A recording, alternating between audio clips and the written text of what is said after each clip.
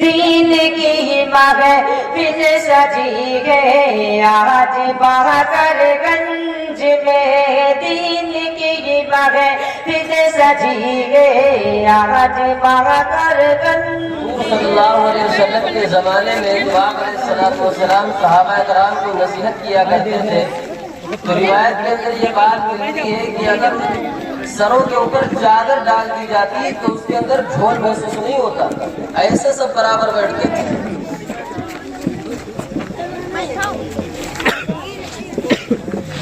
آشنا اپنی حقیقت سے ہو اے دہقاں ذرا، دانا تو کھیتی بھی تو بارہ بھی تو حاصل بھی تو۔ آہ کس کی جستجو آوارہ رکھتی ہے تجھے، آہ کس کی جستجو آوارہ رکھتی ہے تجھے، راہ تو رہبر بھی تو رہرو بھی تو منزل بھی تو۔ کانپتا ہے دل تیرا اندیشے طوفان سے کیا، کانپتا ہے دل تیرا اندیشے طوفان سے کیا، ناخدا تو بحر بھی تو ساحل بھی تو کشتی بھی تو۔ آہ کس کی جستجو آوارہ رکھتی ہے تجھے، راہ تو رہبر بھی تو رہرو بھی تو منزل بھی تو۔ بے خبر تو جوہر آئینہ ایام ہے، تو اس زمانے میں خدا کا آخری پیغام ہے۔ محترم دوستو، عزیز نوجوان ساتھیوں، دنیا کے اندر اللہ رب العزت نے انسان کو پیدا کیا، انسان کے اندر گناہ کا ایک مادہ اللہ تبارک و تعالیٰ نے رکھا۔ پھر دنیاوی طریقہ جو ہے وہ یوں چلتا ہے کہ دنیا ہر گناہ کو معاف کر سکتی ہے۔ آپ شراب پینے والے ہو، شرابی کو دنیا معاف کر سکتی ہے، آپ زنا کرنے والے ہو، زانی کو دنیا معاف کر سکتی ہے، قاتل کو معاف کر سکتی ہے، بدکاروں کو معاف کر سکتی ہے، لیکن ایک گناہ ایسا ہے کہ دنیا اسے معاف نہیں کر سکتی اور نہ دنیا نے اسے کبھی معاف کیا۔ وہ گناہ ہے جرم ضعیفی، ہے جرم ضعیفی کی سزا مرگ مفاجات۔ آپ علیہ السلام نے فرمایا المؤمن القوی خیر من المؤمن الضعیف، طاقتور مومن، طاقتور مسلمان ضعیف مومن سے کہیں بہتر۔ کہتے ہیں کبھی گوشت نہ کھاتا تھا ماری، پھل پھول پہ کرتا تھا ہمیشہ گزر اوقات۔ ماری ابو العلا ماری ایک عربی شاعر، عربوں کا یہ وطیرہ ہوتا ہے، عربوں کا یہ طریقہ ہوتا ہے، گوشت خور قوم عرب ہوتی ہے، لیکن شاعر اپنے اس انداز کو بیان کرتا ہے۔ کہتے ہیں کبھی گوشت نہ کھاتا تھا مارلی، پھل پھول پہ کرتا تھا ہمیشہ گزر اوقات۔ ایک دوست نے بھونا ہوا تیتر اسے بھیجا، شاید کہ وہ شاطر اسی ترکیب سے مات۔ ایک دوست نے پہلے شکار کیا تیتر کا، پھر مسالے کے اندر بھونجا، پھر اس کے سامنے پیش کیا، کیونکہ مسالے کی خوشبو ایسی ہوتی ہے جسے کھانے کا دل نہ کرتا ہو تبھی اس پر طبیعت آمادہ ہو جاتی ہے۔ ایک بہت بڑے عالم تھے، بادشاہ مہدی باللہ کے وہاں گئے تو بادشاہ نے اپنے وزیروں سے کہا کہ دسترخوان لگاؤ، تو عالم صاحب نے فوراً اس کا انکار کر دیا کہ ہم بادشاہوں کا کھانا نہیں کھاتے۔ بادشاہ نے کہا ارے دسترخوان تو لگاؤ، جب مسالے کی خوشبو آئے گی تو کھانے کی طبیعت نہ کرے گی، پھر طبیعت آمادہ ہو جائے گی۔ پھر سے سناتا ہوں، کہتے ہیں کبھی گوشت نہ کھاتا تھا مارلی، پھل پھول پہ کرتا تھا ہمیشہ گزر اوقات۔ ایک دوست نے بھونا ہوا تیتر اسے بھیجا، شاید کہ وہ شاطر اسی ترکیب سے مات۔ یہ خوان تر و تازہ مارلی نے جو دیکھا، کہنے لگا صاحب غفران العظومات، غفران العظومات اس کی دیوار کی جو کتاب عربی کے اندر، جیسے کہ کلیات اقبال، حضرت علامہ اقبال علیہ رحمہ کی اس کے اندر شاعری ساری جمع، ایسے ہی دیوان غالب کے اشعار اس کے اندر جمع، ایسے غفران العظومات شاعر کی وہ کتاب ہے ابو العلا مارلی کی۔ یہ خوان تر و تازہ مارلی نے جو دیکھا، کہنے لگا صاحب غفران العظومات، اے مرغ کے بیچارہ ذرا یہ تو بتا تو، اے مرغ کے بیچارہ ذرا یہ تو بتا تو، تیرا وہ گناہ کیا ہے جس کی مکافات؟ اے بیچارے پرندے، اے بیچارے تیتر، تو یہ بتا تیرا قصور کیا تھا کہ شکاری نے تیرے سینے کے اوپر تیر مارا، پھر تجھے بوٹی بوٹی کے اندر کاٹا گیا، پھر تجھے مسالے کے اندر بھوجا گیا، پھر آج تو دسترخوان کے اوپر بدکیسی میں ہماری پیش پیسنے کے لیے تو پیش کیا گیا. تو نے کیا قصور کیا تھا؟ تو نے کون سا گناہ کیا تھا؟ تو نے بدکاری کی تھی؟ تو نے زناکاری کی تھی؟ تو نے چوری کی تھی؟ تو نے ڈکیتی ڈالی تھی؟ تیرا قصور کیا تھا؟ تم کیا بتاؤ گے؟ میں بتاتا ہوں. افسوس صد افسوس کی شاہی نہ بنا تو، افسوس صد افسوس کی شاہی نہ بنا تو، تیری دیکھی نہ تیرے آنکھ نے فطرت کے اشارات. تقدیر کے قاضی کا یہ فتویٰ ہے سر سے. جب سے اللہ رب العزت والجلال نے کائنات بنائی ہے اس وقت سے اللہ رب العزت کا یہ فتویٰ ہے اور قیامت تک یہ فتویٰ جاری رہے گا. تقدیر کے قاضی کا یہ فتویٰ ہے سر سے، ہے جرم ضعیفی کی سزا مرگ مفاجات. جو قومیں کمزور ہوتی ہے وہ کتوں کی موت ماری جاتی ہے، وہ گیدڑوں کی موت ماری جاتی ہے، وہ بیلوں اور گایوں کی موت مرتی ہے، وہ اپنی موت نہیں مرتی. اس وجہ سے آپ علیہ السلام نے فرمایا المؤمن القوی خیر من المؤمن الضعیف. طاقتور مومن، طاقتور مسلمان، کمزور مسلمان کمزور مومن سے کئی درجہ بہتر ہے. طاقتور مسلمان چاہے جسم کے اعتبار سے طاقتور ہو، چاہے تعلیم کے اعتبار سے طاقتور ہو، چاہے رائے کے اعتبار سے طاقتور ہو. جہل بھی ایک کمزوری ہے، جسمانی ذوق بھی ایک کمزوری ہے. علماء نے لکھا ہے طوفان باد و بارہ سے قوموں کو وہ نقصان نہیں پہنچا. آندھی آ جائے، سیلاب آ جائے، زلزلے آ جائے، بستیوں کو بہا لے جائے، لیکن بستیوں کو وہ نقصان نہیں پہنچتا. طوفان باد و بارہ سے قوموں کو وہ نقصان نہیں پہنچتا جو شعور صحیح کی محرومی سے پہنچتا. جب صحیح شعور نہیں ہوتا تو قومیں برباد ہو جاتی ہیں، ہلاک ہو جاتی ہیں. وائے ناکامی متاع کارواں جاتا رہا، کارواں کے دل سے احساس زیا جاتا رہا. بادشاہ نے جب اپنے شہزادے کو سپہ سالار بنایا اور جنگ کے محاذ پر بھیجا تو بہت اہم ایک نصیحت کی. کہا بیٹا اللہ نے عزت و راحت میں بیر رکھا. اگر عزت چاہتے ہو تو راحت کو ترک کر دو، اور اگر راحت چاہتے ہو تو عزت کو بھول جاؤ. راحت اور عزت ایک ساتھ جمع نہیں ہوتی. عزت چاہو اور کسی شوق سے آپ محروم نہ رہے. کھانے کا شوق، غباسی کا شوق، عیاشی کا شوق، کسی شوق سے آپ محروم نہ رہے، یہ نہیں ہو سکتا. اگر آپ عزت چاہتے ہیں تو آپ راحت کو آپ کو ترک کرنا پڑے گا. ہر شے کو مسلسل جنبش ہے، راحت کا جہاں میں نام نہیں. اس عالم سعی کوشش میں انسان کے لیے آرام نہیں. جو انسان ترقی کی منزل طے کرتا ہے وہ راحت کو بھول جاتا ہے. جو انسان عزت چاہتا ہے وہ راحت کو ترک کر دیتا ہے. اگر آپ رائے کے اعتبار سے کمزور ہیں تو آپ کا گناہ ہے. اگر آپ بلند خیالی کے اعتبار سے کمزور ہیں تو آپ کا گناہ ہے. نشہ استعمال کرو گے آتے خاک میں مل جائے گی. نہ خنجر اٹھے گا ان سے نہ تلوار، نہ خنجر اٹھے گا نہ تلوار ان سے، یہ بازو میرے آزمائے ہوئے. آپ علیہ السلام نے فرمایا المؤمن القوی خیر من المؤمن الضعیف. طاقتور مومن، طاقتور مسلمان ضعیف مومن اور ضعیف مسلمان سے کئی درجہ بہتر ہے. جہل بھی ایک کمزوری ہے. تعلیم حاصل نہیں کرو گے جاہل بنے رہو گے. جہالت بھی ایک کمزوری ہے اور مجرم ہی کو سزا دی جاتی ہے. وَأَلَّا تَزِرُ وَازِرَةٌ وِزْرَ أُخْرَىٰ. جرم آپ کرے سزا کوئی بھگتے یہ نہیں ہو سکتا. یہ اللہ کے انصاف کے خلاف ہے. جرم آپ کریں گے، مجرم آپ ہوں گے اور مجرم ہی کو سزا دی جائے گی.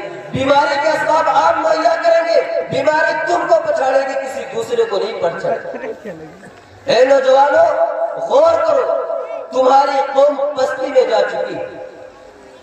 1000 سال پہلے مسلمانوں کو تعلیم سے وہ دلچسپی تھی جو چولی اور دامن کا کھیل ہوتا، اور آج مسلمانوں کو تعلیم سے وہ دلچسپی ہے جو چولی اور دامن کا کھیل ہوتا. چولی دامن سے جدا نہیں ہوتی، دامن چولی سے جدا نہیں ہو سکتا. لیکن آپ 1000 سال پہلے غور کیجیے کہاں سے تم آئے ہو. کبھی یہ نوجوان مسلم تدبر بھی کیا تو نے؟ کبھی یہ نوجوان مسلم تدبر بھی کیا تو نے؟ وہ کیا کرتوت ہے تو جس کا ایک ٹوٹا ہوا تھا. تمہاری تاریخ 1000 سال پرانی تاریخ. تم آج کے چکر میں 4-5 سال کی وجہ سے تم مایوسی کا شکار ہو گئے. راہ خود پڑھ کے بتاتی ہے نشان منزل، راہ خود پڑھ کے بتاتی ہے نشان منزل. چلنے والا بھی تو ہو کوئی گردش ایام کے ساتھ. آپ چلیں گے، ٹھوکریں کھائیں گے، تاریخ دہرائیں گے، آپ ترقی یافتہ بنیں گے۔ آپ غور کیجیے آپ کہاں سے آئیں گے۔ آپ تو وہ ہیں جنہوں نے یورپ کے اوپر، اندلس کے اوپر حکومت کی۔ آپ نے کبھی سوچا، آپ نے کبھی اس پر خیال کیا؟ ہمارے نوجوانوں کے اندر آج بلندی ہے ہی نہیں۔ ہمارے نوجوان آج صرف کھانے کا شوق، پینے کا شوق، پہننے کا شوق، وہ بلند خیالی ہے ہی نہیں جو 1000 سال پہلے نوجوانوں کے اندر تھی۔ وہی جوان ہے ملت کی آنکھ کا تارا، وہی جوان ہے ملت کی آنکھ کا تارا، شباب جس کا ہو بیداغ ضرب ہو کاری، اگر ہو رزم تو شیران غاف سے بڑھ کر، اور اگر ہو بزم تو رانا غزال تک ہے۔ اگر کوئی اس پر عزت پر حملہ کرے، اگر کوئی اسلام پر اٹیک کرے، اگر کوئی آبرو پامال کرے، اور اگر کوئی حضور صلی اللہ علیہ وسلم کی شان میں گستاخی کرے تو جھاڑی کے شیر کی طرح اس کا مقابلہ کرو۔ یہ تمہاری تاریخ ہے۔ تو میں بیان کر رہا تھا کہ اندلس اور یورپ جو سب سے بڑا ایریا شمار کیا جاتا ہے اور سب سے بڑے ممالک کے اندر اس کا شمار ہوتا ہے، مسلمان قوم ایک ایسی قوم ہے جس نے یورپ کو بھی فتح کیا، اندلس کو بھی فتح کیا، لیکن آج مسلمان کہاں اپنی تاریخ کو کیا کر دیا؟ فراموش کر دیا۔ اس کی تاریخ کیا ہے اسے خود ہی پتا نہیں۔ تاریخ کے اندر یہ چیز ملتی ہے کہ مسلمانوں کو تعلیم سے وہ دلچسپی تھی، اگر تعلیم کے لیے بیوی کی محبت بھی قربان کرنی پڑی تو اس کو بھی قربان کر دیا، اگر تعلیم کے لیے اولاد کی محبت قربان کرنی پڑی تو اس کو بھی قربان کر دیا، اگر تعلیم کے لیے اپنے گھر، اولاد اور اپنے وطن کو خیرباد کہنا پڑ رہا تو اس کو بھی کیا کر دیا؟ خیرباد کہہ دیا۔ حضرت عبد الرحمن بن قاسم رحمہ اللہ کا واقعہ مشہور ہے۔ مصری تھے، مصر کے اندر رہنے والے تھے، شادی شدہ تھے اور بیوی حاملہ تھی۔ پڑھنے کا شوق پیدا ہوا، مصر کے اندر رہ کر موطا امام مالک پڑھ رہے تھے۔ موطا امام مالک جو بخاری کے سال، یعنی جس سال عالم بنتا ہے طالب علم، اس سال موطا امام مالک پڑھائی جاتی ہے۔ تو موطا امام مالک وہ مصر کے اندر پڑھ رہے تھے۔ پتہ چلا کہ امام مالک علیہ الرحمن مدینہ کے اندر درس دیتے ہیں بخاری کے حدیث کا۔ مدینہ کا یہ رول ہے کہ وہاں بڑے بڑے علماء اپنے زمانے کے مغرب کے بعد درس دیا کرتے حدیث کا۔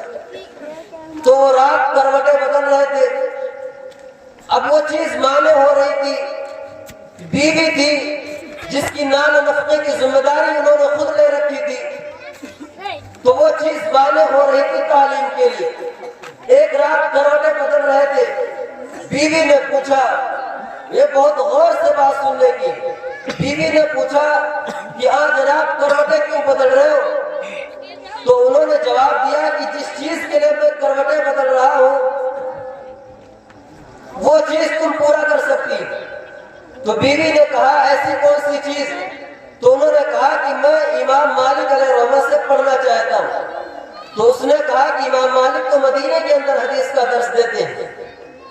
تو انہوں نے کہا کہ ہاں، جب سے ہمیں یہ پتا چلا کہ میں موطا امام مالک مصر کے اندر پڑھ رہا ہوں اور موطا امام مالک کا مصنف ابھی زندہ ہے، تو ہمیں تعلیم کے لیے شوق پیدا ہوا کہ جس کی تصنیف کی ایک کتاب ہے تصنیف کرتا، میں خود اسی سے پڑھوں تو ہمارے اندر کیا علم کا جذبہ پیدا ہوگا اور کیا ہمارے اندر مسائل مستحضر ہوں گے۔ تو اس وجہ سے میں تم سے اس کے بارے میں راستہ طلب کرتا ہوں، اگر آپ رہنمائی کریں تو مہربانی ہوگی۔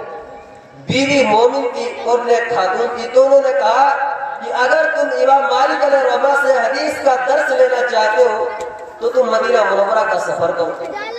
تو انہوں نے کہا کہ پھر تمہارے نان نفقے کی جو ذمہ داری ہم پر ہے وہ کیسے پوری ہوگی؟ تو بیوی چونکہ مومن تھی، اس نے اپنے دل سے خود کہا اور خود عبد الرحمن بن قاسم کو جواب دیا کہ تم کیسا سوال کرتے ہو؟ جو ذات حضرت ابراہیم علیہ السلام اور حضرت حاجرہ علیہ السلام کی کفالت بے آب و گیا وادی کے اندر کر سکتی ہے۔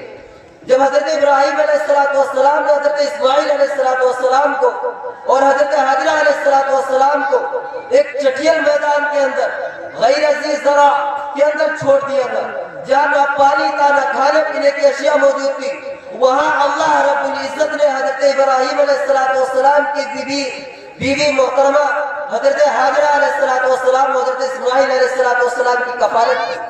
تو آج ہمارے پاس کھانے کا بہت ہے اور تمہیں پڑھنے کا شوق ہے تو تم جاؤ مدینہ منورہ کے اندر اور امام مالک علیہ رحمہ سے حدیث کا درس لے جاؤ۔ یہ کہنا تھا عبد الرحمن بن قاسم مصر سے مدینہ منورہ چل کر آئے اور 17 سال امام مالک علیہ رحمہ کی خدمت کے اندر رہے۔ امام مالک علیہ رحمہ کی باندھی حضرت امام مالک علیہ رحمہ کو یا عبد مالک کہتی تھی کہ اے مالک کے غلام، کیونکہ اس کا ذہن سے یہ بات بالا کرتی، طالب علم 1 سال رہا، 2 سال رہا، 5 سال رہا، 6 سال رہا، پھر اس کی فراغت ہو جاتی ہے، طالب علم جدا ہو جاتا ہے۔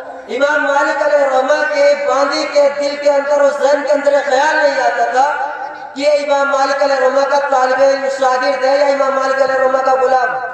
17 سال جب پورے ہوئے تو وہ نوجوان جس کو امام مالک علیہ رحمہ چھوڑ کر آئے تھے، اب جب امام مالک علیہ رحمہ کا وہ بیٹا جوان ہوا جو اس وقت غالباً حمل کے اندر تھا اور بیوی نے اس کی پرورش کی، شوہر کی امانت کو سمجھ کر اس کو پڑھایا لکھایا، مال کے اعتبار سے وہ طاقتور بنا۔ جب اس کے اوپر حج فرض ہوا تو اس کی والدہ نے کہا کہ بیٹا اب جاؤ حج کراؤ۔ جب وہ حج کرنے کے لیے روانہ ہوئے تو اس کی والدہ نے چند نصیحتیں کی اور کہا کہ بیٹا جا رہے ہو، جب مدینہ منورہ کے اندر حاضری ہو تو یہ خیال کرنا کہ امام مالک علیہ رحمہ وہ حدیث کا درس دیتے ہیں، امام مالک علیہ رحمہ کی مجلس کے اندر جانا اور وہاں تمہارے باپ عبد الرحمن بن قاسم ملیں گے، ان سے خیریت معلوم کرنا، ان سے دعائیں لینا، ان سے بلائیں لینا اور ان سے دعاؤں کے لیے کہنا۔ وہ 17 سال کا مصری نوجوان اب یہ اپنے باپ عبد الرحمن بن قاسم سے ملاقات کرنے کے لیے آتا، امام مالک علیہ رحمہ کی مجلس کے اندر حاضر ہوا تو امام مالک علیہ رحمہ سے پوچھا افیکم عبد الرحمن بن قاسم، کیا تمہاری مجلس کے اندر عبد الرحمن بن قاسم ہے؟ تو انہوں نے عبد الرحمن بن قاسم کی طرف اشارہ کرتے ہوئے یوں کہا کہ عبد الرحمن بن قاسم قم، عبد الرحمن بن قاسم کھڑا ہو جائے۔ تو عبد الرحمن بن قاسم کھڑے ہو گئے اور ان سے ملاقات کی تو اس مصری نوجوان نے ان کے کان کے اندر چند کلمات کہے تو عبد الرحمن بن قاسم کی آنکھوں سے آنسو جاری ہوئے۔ امام مالک علیہ رحمہ نے فرمایا کہ ہو سکتا ہے کہ یہ ان کے ملک سے آئے ہوئے اور کسی وصال کی، کسی کے انتقال کی خبر لے کر آئے ہوں گے، اس وجہ سے ان کے کان میں یہ واقعہ بیان کر دیا تو اس وجہ سے ان کی آنکھ میں آنسو آ۔ تو عبد الرحمن بن قاسم سے امام مالک علیہ رحمہ نے پوچھا ماجرا کیا ہے عبد الرحمن بن قاسم، ذرا یہ تو بتاؤ۔ تو عبد الرحمن بن قاسم نے فرمایا سکوت آموز طول داستان درد ہے ورنہ، سکوت آموز طول داستان درد ہے ورنہ زباں بھی ہے ہمارے منہ میں افتاب سخن بھی۔ حضرت ہمارا واقعہ بڑا عجیب و غریب ہے۔ تو امام مالک علیہ رحمہ نے کہا کہ بیان تو کرو واقعہ ہے کیا، اس سے ہم بھی سبق حاصل کریں، آخر واقعہ کیا ہے۔ تو انہوں نے فرمایا حضرت 17 سال ہو گئے میں آپ کی خدمت میں حدیث کا درس لے رہا ہوں اور یہ 17 سال کا جو مصری نوجوان آیا ہوا ہے یہ ہمارا گوشت پوشت اور جذبات کا ایک ٹکڑا جسے میں حمل کے اندر چھوڑ کر آیا تھا۔ تعلیم کا شوق پیدا ہوا، میں نے آپ کی امام موطا مالک جو کتاب ہے وہ مصر کے اندر ایک بڑے عالم سے پڑھ لی تھی، لیکن تعلیم سے ایک شوق پیدا ہوا تو ہمارے دل کے اندر ایک خیال آیا کہ ابھی مصنف زندہ ہے اور میں کتاب کا سبق کسی دوسرے سے لے رہا ہوں، یہ بات ہمارے لیے اچھی نہیں۔ اس وجہ سے میں وہاں سے سفر کر کے آپ کی خدمت میں آ گیا اور آج 17 سال ہو گئے۔ یہ ہمارا بیٹا ہے، دل ہی تو ہے نہ شنگ، دل ہی تو ہے نہ سنگ خشت، آہ سے بھرنا آئے کیوں، دل ہی تو ہے نہ سخت خشت، آہ سے بر نہ آئے کیوں، روئیں گے ہم ہزار بار کوئی ہمیں رلائے کیوں۔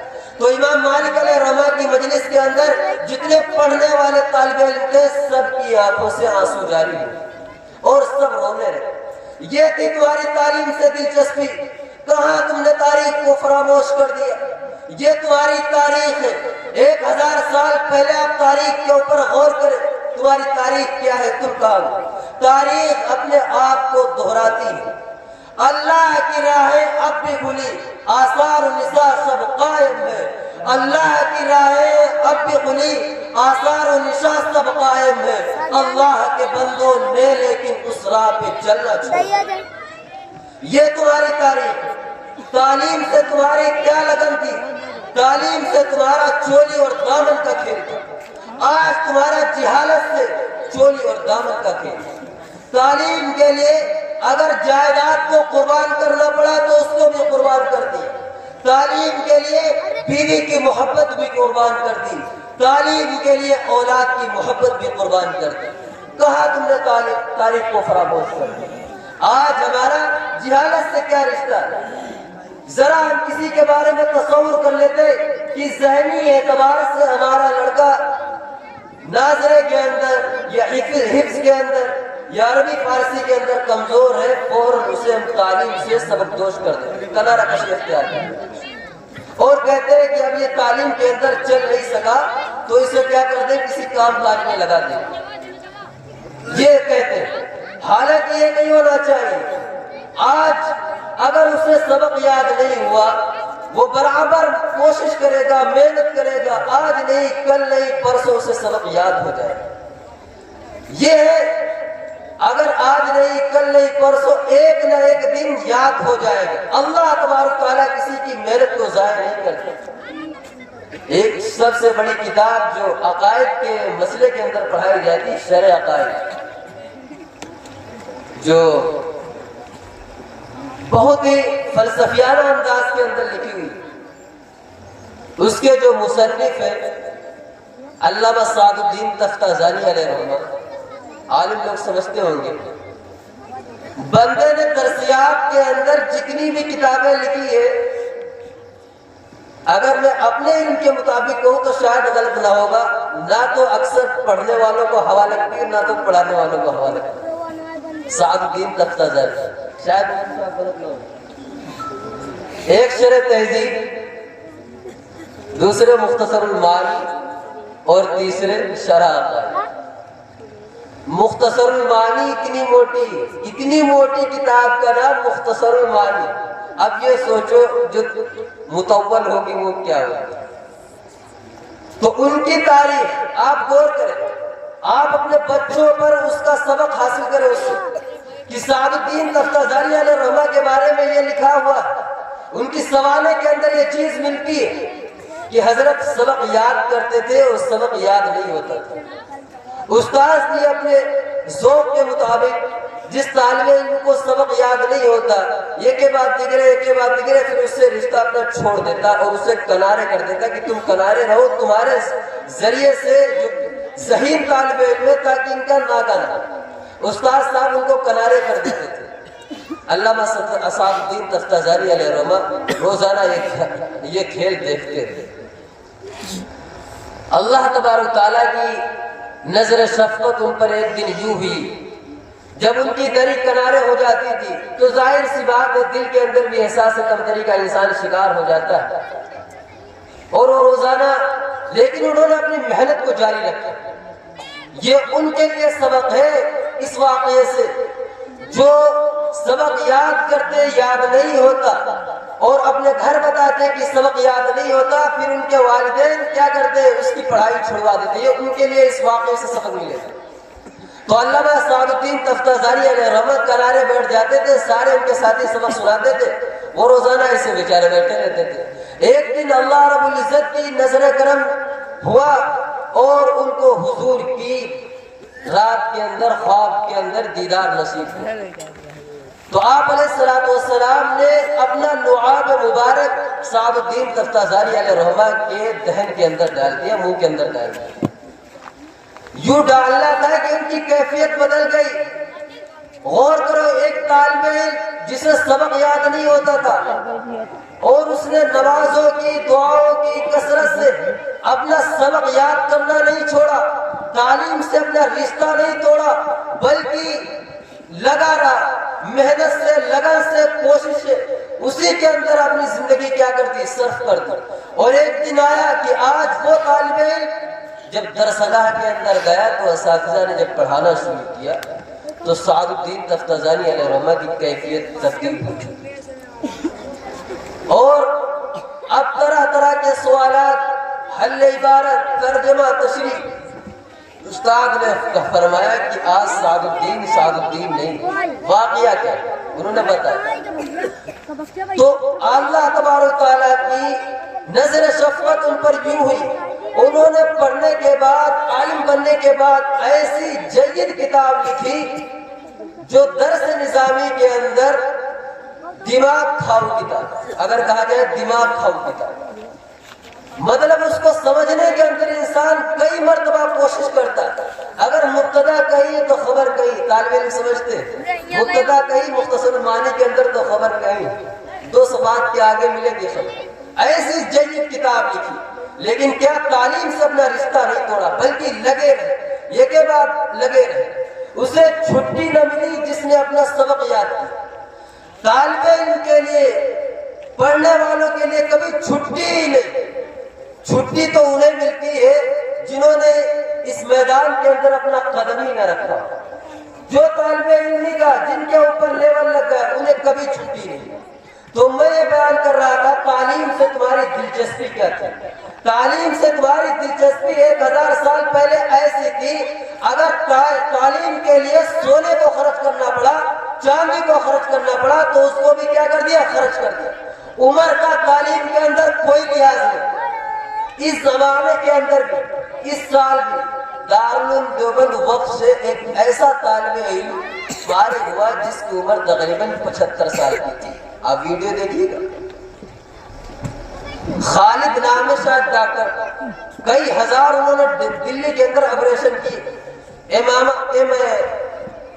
آئی سے شاید انہوں نے ڈاکٹر کی ڈگری حاصل کی دہلی کے اندر۔ لیکن تعلیم سے دلچسپی دیکھو، 70-75 سال کا طالب علم اس سال بخاری کا درس ہے، یہ تعلیم سے دلچسپی اب بھی قائم ہے۔ لوگ تاریخ کو زندہ کرنے کے لیے اب بھی قائم ہے۔ تو یہ تعلیم سے جس چیز کو بھی قربان کرنا پڑا اس کو کیا کر دیا، قربان کر دیا۔ تعلیم صحت عطا کرتی ہے، تعلیم ترقی کی ضامن ہوتی ہے، تعلیم دنیا کے اندر بھی کامیابی کرتی ہے، تعلیم آخرت کے اندر بھی کامیابی کرتی ہے، تعلیم خود اس انسان کے لیے جنت کا ذریعہ بنتی ہے، تعلیم گھر اور اولاد کے لیے، بستی کے لیے بھی جنت کا ذریعہ بنتی ہے۔ اگر آپ کا ایک لڑکا حافظ بن گیا تو اگر نہ محلہ صحیح تو گھر آپ کا سدھر جائے گا۔ اگر آپ کا ایک لڑکا عالم بن گیا، عالموں سے تو بستی کی بستی صحیح ہو گئی، علاقے کے علاقے صحیح ہو گئے۔ تعلیم اس چیز کی ضامن ہوتی ہے۔ اور آج ہم کیا کرتے، جو چیز صحت کی ضامن ہے، جو ترقی کی ضامن ہے، اس سے ہم کنارہ کشی اختیار کرتے، اس کے اندر خرچ کرنے کے لیے پیسے کو ہم داس میں دبوچتے، اس کے لیے ہم مٹھی کو بند کرتے۔ تعلیم سے تمہارا وہ ایک واقعہ مشہور ہے، عبد الرحمن الفروقی،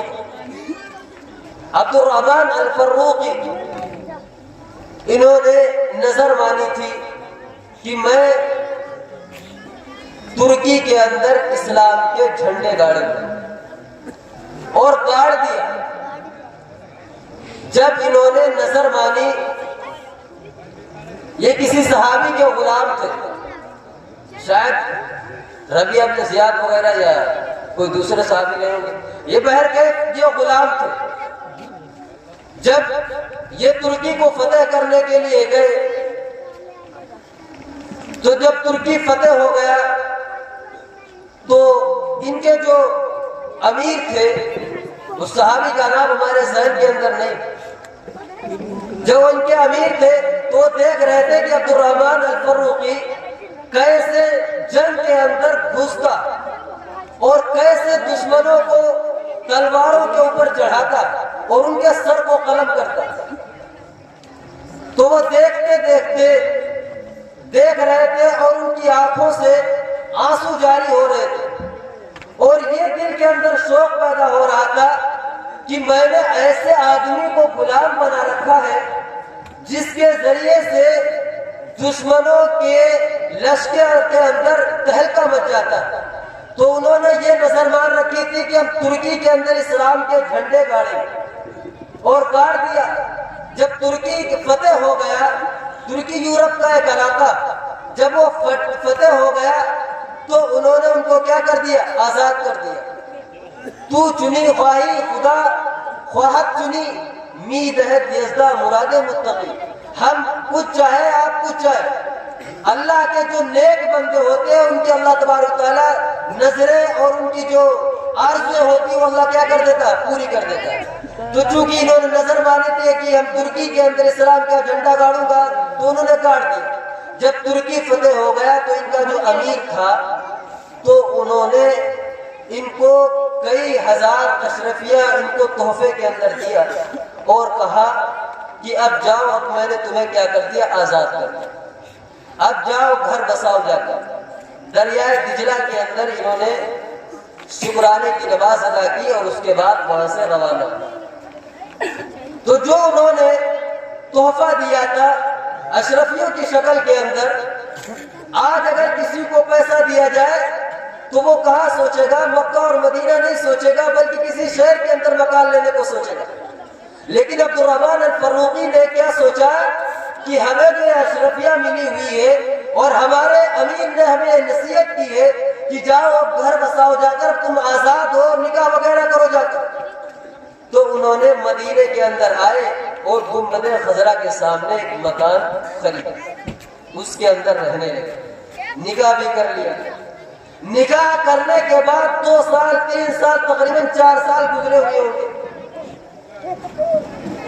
اب سننے کی بات، اس کے بعد مسجد نبوی کے اندر نماز پڑھنے کے لیے گئے اور امام جمعہ نے اعلان کر دیا کہ فلاں محاذ کے اوپر مجاہدین کی ضرورت ہے. ابھی 2 سال گزرے، 4 سال گزرے، جہاد سے آئے ہوئے، لیکن نکاح بھی کر لیا. لیکن جو آدمی پہلوان ہوتا ہے اگر وہ اپنا لگوٹ اتار بھی دے تو پہلوانی اس کے اندر چٹکی لیا کرتی، جوش مارا کرتی. تو ان کے سامنے وہی 4-5 سال پرانا نقشہ آ گیا کہ وہ تلواروں کی جھنجھناہٹ، گھوڑوں کی ٹاپ کی گرد اور میدان جنگ، وہ سارا ان کے سامنے آ گیا. انہوں نے آگے چڑھ کر اپنا نام لکھوا دیا، عبدالرحمن الفروقی. گھر آئے تو اپنی بیوی سے کہا کہ میں تو جہاد پر جا رہا ہوں اعلاء کلمت اللہ کے خاطر. تو بیوی نے فرمایا وَلِمَنْ تَتْرُكْنِي وَتَتْرُكُ هَذَا الْجَلِيلَ، مجھے اور اس لڑکے کو کس سہارے چھوڑ کر جا رہے ہیں؟ تو انہوں نے فرمایا شادی کر لی تھی تو بیوی تقریباً حاملہ تھی. تو انہوں نے پیٹ کی طرف اشارہ کرتے ہوئے جملہ فرمایا کہ مجھے اور ان کو کس کے سہارے چھوڑ کر جا رہے ہیں؟ تو عبدالرحمن الفروقی نے کہا میں تمہیں اللہ اور اس کے رسول کے لیے چھوڑ کر جا رہا ہوں. اللہ اور اس کے رسول کے دربار کے اندر، گنبد خضرا کے اندر، گنبد خضرا کے سائے کے اندر تمہیں کوئی انشاءاللہ تکلیف نہیں ہوگی. اور رہی بات خرچ کی تو یہ لوگ 30,000 اشرف، تو 30,000 اشرفیہ انہوں نے انہیں دے دی اور یہ کہہ دیا کہ جب یہ لڑکا پیدا ہو تو اس کی اچھی طرح کفالت کرنا اور تعلیم سے اسے آراستہ کرنا. یہ نصیحت کی بات ہے. چلے وہ چلے گئے. کئی مہینے کے بعد بچے کی ولادت ہوئی. شوہر کی امانت کو سمجھ کر بیوی نے سینے سے لگایا اور اس کی اچھی تربیت کی اور اسے تعلیم کے لیے ماں نے اس کی تھیلی کیا کر دی؟ کھول دی. جب وہ لڑکا جوان ہوا تو مسجد نبویہ کے اندر حاضر ہوئے اور جو سب سے بڑے اس وقت کے عالم تھے ان کے درس کے اندر لے جا کر اسے شریک کر دیا.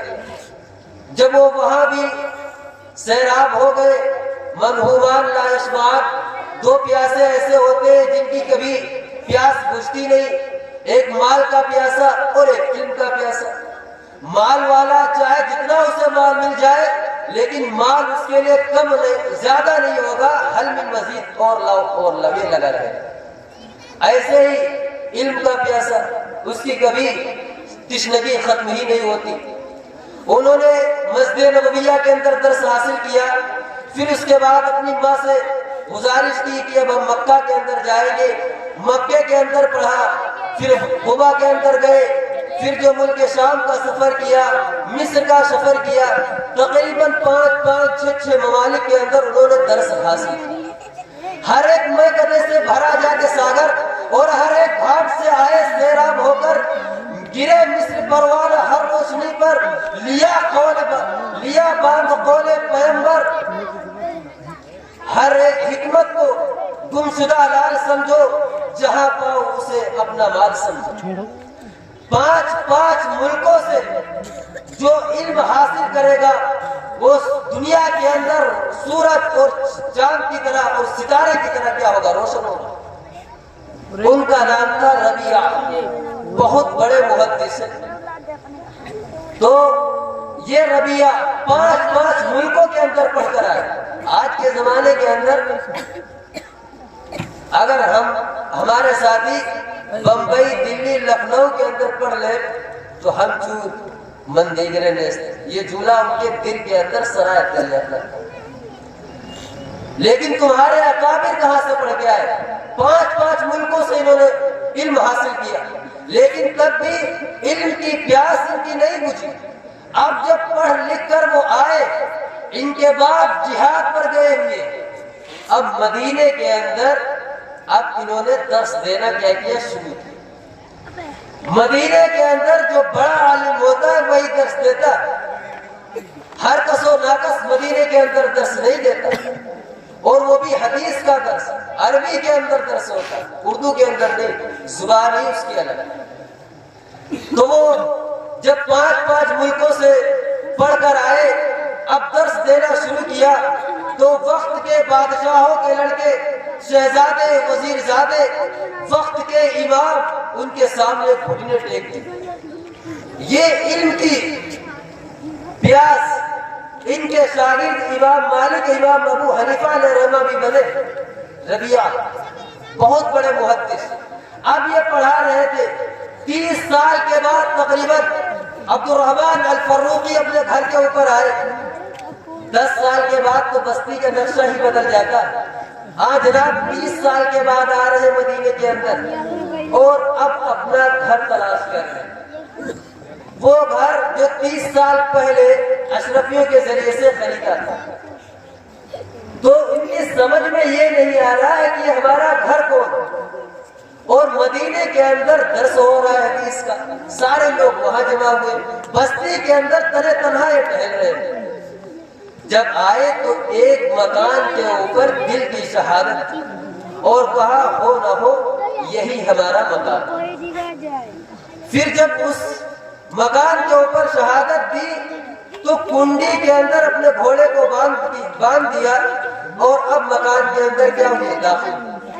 اتنے میں حضرت امام ربیعہ آ گئے اور انہوں نے باہر سے ان کا ہاتھ پکڑا اور فرمایا یا عبد اللہ تدخل بیتنا بغیر اذن، کہ ہمارے گھر میں اللہ کے دشمن بغیر ہماری اجازت کے داخل ہو رہے ہیں۔ تو انہوں نے فرمایا یہ تمہارا گھر؟ اے اللہ یہ کیا ماجرا ہے؟ تمہارے نبی کے شہر کے اندر کوئی جانتا ہو یا نہ جانتا ہو، کم سے کم تو جانتا ہے کہ عبد الرحمن الفروقی کے ہاتھوں نے اس مکان کو تعمیر کیا، اشرفیوں کے ذریعے سے خریدا تھا۔ آج تمہارے نبی کے شہر کے اندر یہ معاملہ ہو رہا کہ عبد الرحمن الفروقی کا مکان ان کے ہاتھوں سے چھینا جا رہا۔ تو انہوں نے کہا، اتنے میں جب شور ہوا تو مدینے کی آدھی بستی جاگ گئی، بیدار ہو۔ اب امام مالک علیہ رحمہ، امام ابو حنیفہ علیہ رحمہ دوڑے ہوئے اپنے استاد کے پاس آئے اور کہا کہ دیکھے ہمارے استاد سے کون جھگڑ رہا ہے۔ تو دیکھا کہ عبد الرحمن الفروقی ہے، یہ بھی نہیں پہچانتے تھے۔ انہوں نے کہا کہ حضرت بوڑھے میاں ہو یا نہ ہو، یہ مکان تو ہمارے استاد ہی کا ہے، یہی رہ رہے جب سے ہم پیدا ہوئے، انہی کو دیکھتے ہیں مکان کے اندر آتے ہیں جاتے ہیں، اور تمہیں اگر رکنا ہی ہے تو چلو آج ایک رات کی مہمان نوازی ہماری ذمہ داری ہے، آپ چلو ہمارے گھر پہ آرام کر لو چل کر۔ تو ہو یا نہ ہو، جب 4 6 7 لوگ اکٹھا ہوتے تو ان کی بات ماننی پڑتی۔ عبد الرحمن الفروقی نے ان کی بات مان لی اور چل کر چوکھٹ سے قدم رکھنا تھا۔ انہوں نے پھر جملہ وہی کہا کہ اللہ تمہارے نبی کے شہر کے اندر یہ کیا ہو رہا ہے؟ عبد الرحمن الفروقی کے ہاتھوں کا بنایا ہوا مکان ان کے ہاتھوں سے چھینا جا رہا ہے۔ بیوی بالا کھانے کے اوپر تھی، یہ جملہ سننا تھا عبد الرحمن الفروقی۔ اس نے بھانپ لیا، تاڑ لیا، اور اس نے کہا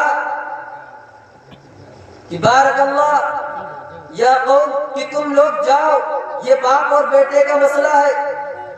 جیسے اس نے عبد الرحمن الفروقی بولا، اور بیوی نے بھاگ لیا کہ عبد الرحمن فروقی تو ہمارے شوہر نامدار کا نام ہے۔ تو انہوں نے کہا کہ بارک اللہ فیکم یا قوم، کہ اے قوم تم روانہ ہو جاؤ، انصرفو یا قوم بارک اللہ فیکم، اے قوم تم روانہ ہو جاؤ، یہ باپ اور بیٹے کا مسئلہ ہے۔ اب انہوں نے بیان کیا کہ ربیہ، کہ تم نے جو ہے اپنے بیٹے کا، اپنے باپ کا گلے باندھ پکڑ رکھا ہے، عبد الرحمن الفروقی تم نے اپنے بیٹے کا گلے باندھ پکڑ رکھا ہے۔ تو اب جب سمجھ گئے کہ یہ ہمارا بیٹا ہے اور میں اس کا باپ ہوں، چونکہ یہ تو جانتے ہی نہیں تھے، 30 سال سے میدان جنگ کے اندر گئے ہوئے تھے اللہ کلمت اللہ کے خاطر۔ اب 30 سال کے اندر بیوی حاملہ تھی، لیکن یہ پتہ نہیں تھا یہ ہمارا ہی بیٹا ہے۔ جب 30 سال کے اندر آ گئے، اب بیٹے کی کیفیت کیا ہے؟ سر کے اوپر عمامہ ہے، جبے قبے کے ساتھ ہے، حدیث کا بندہ درس دیتا ہے عشاء کے بعد۔ اب رات کو آرام کرنے لگے۔ اب کیا ہوا؟ حکایت طویل تھی، لذت تھی، اور اس کو بڑی دیوالت کے ساتھ کیا گیا، بیان کیا کہ فلاں ملک شہر فتح کیا، فلاں دریا فتح کیا تو اس کا پانی ایسا تھا، فلاں شہر کے فلاں ایسے تھے، واقعہ بیان کرتے رہے۔ بیوی کو یہ ٹسکا لگا ہوا اور یہ آہٹ اس کے اندر پیدا ہوئی، کہیں یہ نہ ہو یہ 30,000 اشرفیہ جو دے کر گئے تھے اس کا حساب مانگ لے۔ اور یہ ان کا کہنا ہی تھا عبد الرحمن الفروقی کا کہ اب بڑھاپا آ گیا ہے، وہ 30,000 اشرفیہ اگر بچی ہو تو لاؤ بڑھاپے کے اندر تاکہ وہ کام دے۔ اتنے میں مؤذن نے الصلاۃ خیر من النوم مدینہ کے اندر کہہ دیا مسجد نبویہ۔ تو بیوی نے کہا کہ جلدی سے جائیے ورنہ نماز نکل جائے گی، 10 منٹ کے اندر یہ نماز ہو جاتی۔ انہوں نے کہا کہ ربیہ کہاں؟ تو کہا ربیہ تو جا چکے۔ ربیہ مسجد کے اندر پہنچ چکے تھے۔ اب وہ جب نماز پڑھنے کے لیے گئے تو کیا دیکھتے ہیں؟ نماز پڑھی، نماز پڑھنے کے بعد روزہ اطہر کے اوپر حاضر ہوئے اور درود و سلام پیش کیا۔ اس کے بعد کیا دیکھتے ہیں؟ ایک نوجوان ہے جو مسند کے اوپر، تخت کے اوپر بیٹھا ہوا ہے، اور وزیر زادے شہزادے اس کے ارد گرد بیٹھے ہوئے، کوئی جوتی کو اٹھانا اپنا فخر سمجھتا ہے، کوئی شملہ درست کرتا ہے، کوئی جبے قبے میں ہاتھ لگانے کو برکت سمجھتا ہے۔ تو انہوں نے فرمایا کہ میں 30 سال تک اللہ کے راستے میں رہا اور یہ بھی نہیں پوچھتا کہ کون ہو تم، 30 سال کے بعد مدینہ کے اندر آیا، یہ نوجوان کون سا ہے؟ چلو سنتے ہیں، دیکھتے ہیں کہ اس ہزار داستان بلبل کی کچھ ہم بھی باتیں سنتے ہیں۔ تو وہ چلے گئے۔ درس جب دے رہے تھے تو ایسا وہ درس دے رہے تھے، یوں محسوس ہوتا تھا کہ طالب علموں کے دلوں کے اندر وہ رس گھول رہے، یعنی سبق گھول کر انہیں کیا کر رہے؟ پلا رہے۔ سبق ایسا پڑھا دیا تو نے، دل سے سب کچھ بھلا دیا تو نے۔ بہرکیف انہوں نے کیا کیا؟ جب سبق دینا شروع کیا تو انہوں نے یہ پوچھنا شروع کیا کہ یہ نوجوان ہے کون؟ یہ پتہ نہیں کہ یہ ہمارا ہی شہزادہ ہو سکتا ہے۔ تو انہوں نے طالب علموں سے پوچھا کہ یہ کون سے نوجوان ہے؟ دونوں طالب علم نے جواب دیا کہ ایسا ہے سبق کے اندر خلل اندازی مت کرو۔ اور یہ تم انہیں نہیں جانتے، یہ بہت بڑے امام ہے، ان کا نام ہے ربیعہ۔ تو سوچا کہ ربیعہ بہت ہوتے ہیں، اور ذہن کے اندر یہ بات نہیں آ رہی کہ ہمارا ہی بیٹا ہو سکتا۔ جب پھر سے پوچھا تو اس طالب علم نے کہا کہ میں ان کے بارے میں زیادہ نہیں جانتا ہوں۔ ان کے والد کے بارے میں سوال کیا تو کہا کہ میں ان کے بارے میں زیادہ نہیں جانتا ہوں، بس میں اتنا جانتا ہوں کہ میں جب صبح آیا تھا پڑھنے کے لیے تو ہمارے ساتھی آپس میں گپ شپ کر رہے تھے، کان فسکی کر رہے تھے کہ حضرت کے والد محترم بہت دنوں کے بعد آ گئے، تو وہ سمجھ گئے کہ یہ میرا ہی بیٹا ہے۔ تو انہوں نے کہا کہ اب یہاں سے نکلنا چاہیے ورنہ کہانی بن جائے گی۔ اب خوشی کے آنسو آنکھوں کے اندر تھے اور فوراً گھر کے اندر روانہ ہوئے۔ بیوی نے بھاپ لیا اور فرمایا، ماں بھی گیا عبد الرحمن، اے عبد الرحمن کیا حال چال ہے؟ تو نے کہا کوئی بات نہیں کوئی بات نہیں۔ تو بیوی نے کہا آخرکار یہ تمہارے آنکھوں کے آنسو کیسے جاری ہے؟ تو کہا کہ یہ خوشی کے آنسو ہے۔ تو بیوی نے فرمایا کہ تمہارے لیے وہ 30,000 اشرفیہ بہتر ہے یا یہ وہ مقام بہتر ہے جو تمہارے بیٹے کو ملا؟ تو اس نے کہا، عبد الرحمن الفروقی نے کہا، تو دیوانی ہو گئی، تو پاگل ہو گئی، واللہ ما زیاتی واللہ ما زیاتی الفاظ ملتے ہیں کہ خدا کی قسم وہ 30,000 اشرفیہ اگر تم نے ربیعہ کی تعلیم پر خرچ کی تو خدا کی قسم تم نے ضائع نہیں کی، خدا کی قسم تم نے ضائع نہیں کی۔ یہ مقام جو ہمارے بیٹے کو ملا ہوا ہے تعلیم کی وجہ سے، یہ بادشاہ اور شہزادوں کو بھی نہیں ملا، یہ وزیر زادوں کو بھی نہیں ملا، یہ تمہاری تعلیم سے دلچسپی تھی۔ آپ علیہ السلام نے فرمایا، من آل جاریتین حتی تبلغ جاء یوم القیامہ انا وہو کہاتین، کہ میں اور وہ آدمی جس نے اپنے بچے کو پڑھایا لکھایا قیامت کے دن اس حال میں ہوگا جیسے یہ 2 انگلی، ان 2 انگلیوں کے درمیان تیسری کوئی انگلی نہیں۔ ایسے آپ علیہ السلام کا مرتبہ ہوگا اور اس باپ کا مرتبہ ہوگا جس نے اپنے بچے کو اچھی تربیت دی اور پڑھایا۔ تعلیم سے بڑھ کر باپ اپنی اولاد کو کوئی تحفہ نہیں دے سکتا۔ کسی سے پوچھا گیا، کسی عقل مند سے پوچھا گیا کہ سب سے بڑی نعمت اللہ تبارک تعالیٰ کی کیا ہے؟ تو اس نے فرمایا سب سے بڑی نعمت عقل۔ اس نے کہا کہ اگر عقل نہ ہو تو کہا کہ اگر عقل نہ ہو تو علم و ہنر سب سے، کہا اگر علم و ہنر نہ ہو تو کہا سب سے اہم مال و دولت، کہا اگر مال و دولت نہ ہو تو اس نے جواب دیا کہ اس انسان کے لیے مرنا بہتر ہے، وہ زمین کا کیڑا بنا ہوا، زمین کا بوجھ بنا ہوا، زمین سے سفایا ہوا جو ہو جائے تو بہتر ہے۔ کسی نے ایک مرد دانا سے پوچھا کہ نعمت دنیا میں سب سے بڑی کہا عقل جس سے ملے دین و دنیا، کہا اگر نہ ہو اس سے انسان کو بہرا، کہا علم و ہنر ہے جو باعث افتخار بشر ہے، کہا اگر نہ ہو یہ بھی اس کو میسر، کہا مال و دولت ہے پھر سب سے بہتر، کہا اگر بند ہو یہ بھی اس پر، کہا اس کو بجلی کا گرنا ہے بہتر، وہ ننگے بشر تاکہ ذلت سے چھوٹے، خلائق سے اس کے نحو سے چلے۔ مال و دولت، علم و ہنر یہ انسان کو دنیا کے اندر ترقی دیتی ہے۔ اگر آپ کو طاقتور بننا ہے تو مال دولت کے اعتبار سے طاقتور بننا، علم کے اعتبار سے طاقتور بننا۔ مال کو جیب کے اندر رکھے، دل کے اندر نہ رکھے۔ چیست دنیا از خدا غافل بدن، چیست دنیا از خدا غافل بدن، نئے قماشو نقرو پھر زندان اسد۔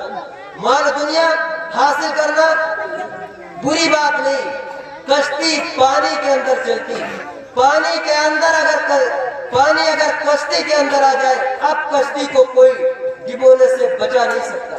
ایسے ہی مال دولت اگر جیب کے اندر ہے تو مال و دولت حاصل کرنا کوئی برا نہیں، اگر مال و دولت جیب کے اندر ہے اور اگر مال و دولت دل کے اندر آ گئی اور دل کے تقاضے کے اندر حائل ہو گئی، اب مال و دولت یہ تمہارے لیے وبال جان بن جائے۔ آپ علیہ السلام نے فرمایا المؤمن القوی خیر من المؤمن الضعیف، طاقتور مومن کمزور مومن سے کئی درجہ بہتر ہے. طاقتور مومن چاہے مال کے اعتبار سے طاقتور ہو، چاہے علم کے اعتبار سے طاقتور. عبد الرحمن کا واقعہ مشہور ہے. صحابی حضرت عمر رضی اللہ تعالیٰ عنہ نے، یہ بات کہہ کر میں اپنی بات ختم کر دیتا ہوں. حضرت عبد الرحمن رضی اللہ تعالیٰ عنہ صحابی ہے، عشرہ مبشرہ ہے. آپ علیہ السلام نے ان کے جیتے جی ان کو جنت کی بشارت دی. ان کے اونٹوں کے اوپر، گھوڑوں کے اوپر اشرفیہ ہوتی تھی، مال دولت کا ایک جمع غفیر لگا ہوا ہوتا تھا. تو مال دولت حاصل کرنا کوئی بری بات نہیں. آشنا اپنی حقیقت سے ہو، دہکا ذرا دانا تو، کھیتی بھی تو، ساحل بھی تو، بارہ بھی تو. آہ کس کی جستجو آوار رکھتی ہے تجھے، آہ کس کی جستجو آوار رکھتی ہے تجھے. راہ تو، رہرو بھی تو، رہبر بھی تو، منزل بھی تو. کانپتا ہے دل تیرا اندیش ہے طوفان سے کیا. نا خدا تو، پیر تو، کشتی بھی تو، ساحل بھی تو. بے خبر تو جوہر آئین ایام ہے.